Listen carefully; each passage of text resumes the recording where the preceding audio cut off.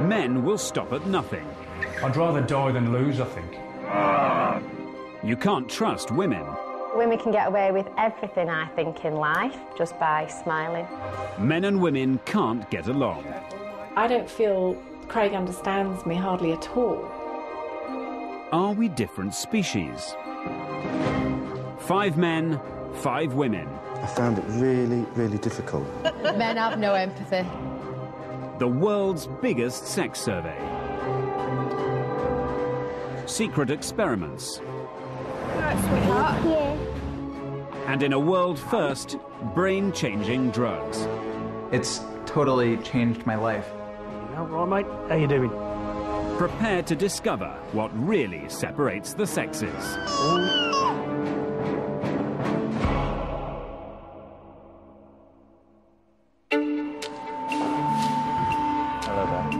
We've invited 5 women and 5 men to take part in a series of unique tests. Good morning. Good morning. Could you tell me your name, please? Yes, Jamie Hannah.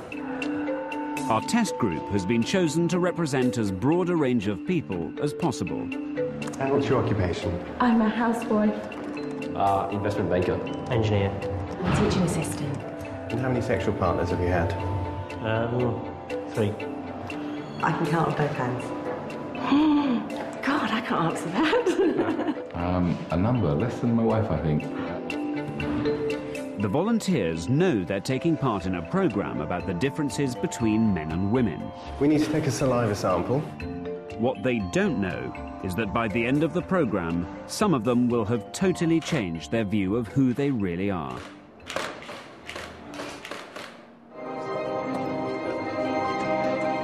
First, they need to complete the BBC's online sex survey.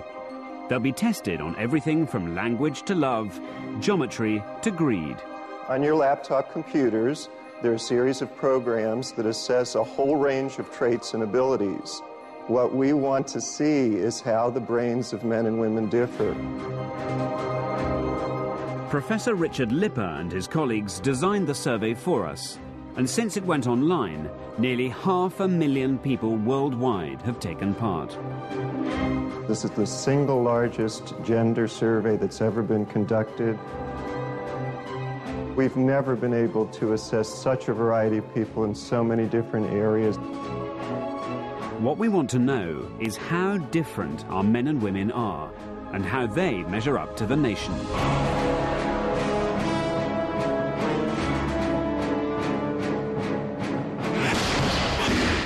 I'd rather die than lose, I think. I'm more interested in engineering than having people. I'm a fighter. I think that's a masculine quality that I definitely have. I'm a man in a traditionally female role. I like to say how I feel. If that gets me into trouble, so be it. But that's me. He sees me a bit like a Rottweiler or something. And I always wear something that's quite low cut and quite, you know. In my job, we deal with hundreds of millions of pounds. They're just numbers on screen. They're just zeros. I wouldn't really say I was a girly girl at all.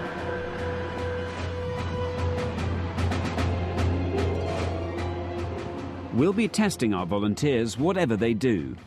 Even the cab they arrived in was rigged with hidden cameras. Hello, mate. All right, how you doing? And driven by an actor. BBC, eh? Oh, a lot of bollocks. Is it? What's going on? They're doing a science programme, difference between men and women. The way they think, the way we think differently, yeah? Yeah. As in, men do, women don't, you know? I love documentaries. There's so much rubbish on set. The actor makes sure that all of our passengers hear the same conversation. Well, they were saying that the square mile down here, if it was an independent country, it would be the 20th richest in the world. Yeah. That's what they were saying. Amazing. Well, you think after 29 years of marriage, you know someone pretty well, wouldn't you? You would do, wouldn't you? Not me. You just run off from another bloke. Like, I'm single. I think that's why I'm on the show. I just fucking party my ass off around the world. I just can't believe I was that stupid.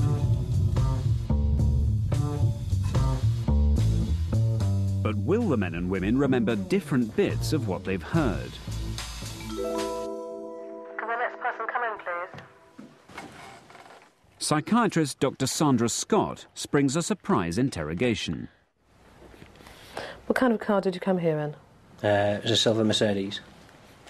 Anything else?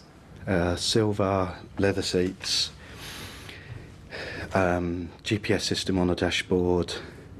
Is that it? Well, I noticed the central locking switch had a chrome handle for opening the door for the central locking. Did you talk to the cab driver? Yeah, we talked about the sort of financial centre of London. Yeah, they were going on about the Square Mile, which is, you might have heard of it, just down here. It's where all the banks are in London. Yeah. They reckon that if it was an independent country, it'd be the 20th richest in the world. Unbelievable. Yeah. Can you recall 3 facts, or possibly more, of what he told you about the City of London? I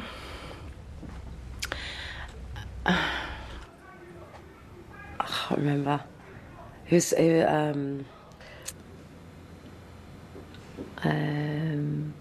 No. Do you remember him talking about his marriage? Yes, I do, yeah. So that was another topic covered? It was, yeah. The car was automatic, by the way. Sorry? The car was automatic, by the way. OK. Yeah, it had a walnut trim. So were you actually listening to him? Yes, or connecting, but rather than wishing to store information, so... What did interest you? Talking about his marriage problems, he was really quite open, which quite surprised me, really, because men are quite normally hide their feelings, but he was quite forthcoming. You know, he's glad that the kids are older and they've moved out, but it just means that he's alone now, really. And he said if it had been the other way round, she would have found out really early on, you know, sort of woman's instinct and all that. How did you catch her out? You didn't find her come home early, did you? That'd be awful. Generally speaking, all of the women had a much better memory for the emotional facts. Men were more thing-oriented, and women were more people-oriented. Women like relationships, men like facts. But according to Italian scientists, it's not quite so simple. OK, guys, take a seat, make yourselves comfortable. We're just going to get you to watch a few minutes of TV. If the Italians are right, you're about to witness something very revealing.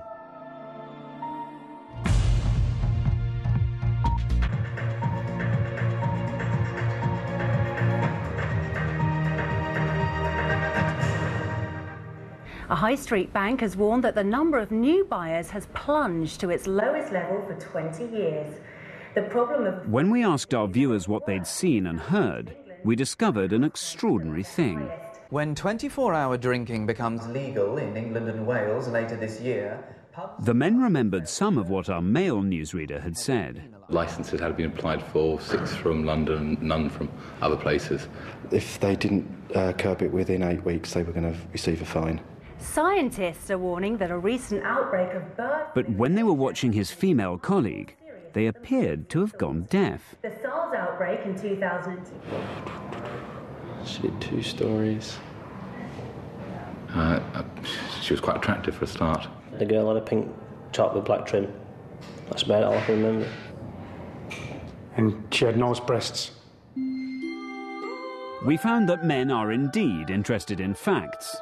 But one thing they're more interested in is sex.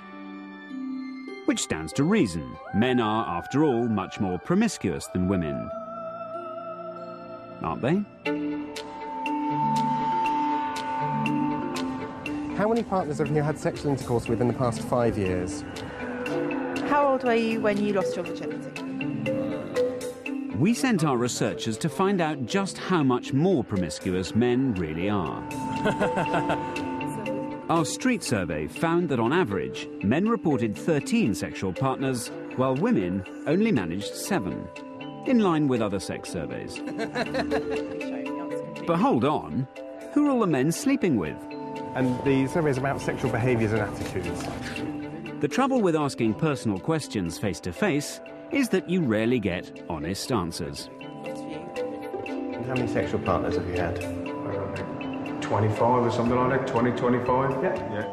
I can count on both hands. You can... So 10. 10. Either men are exaggerating, or women are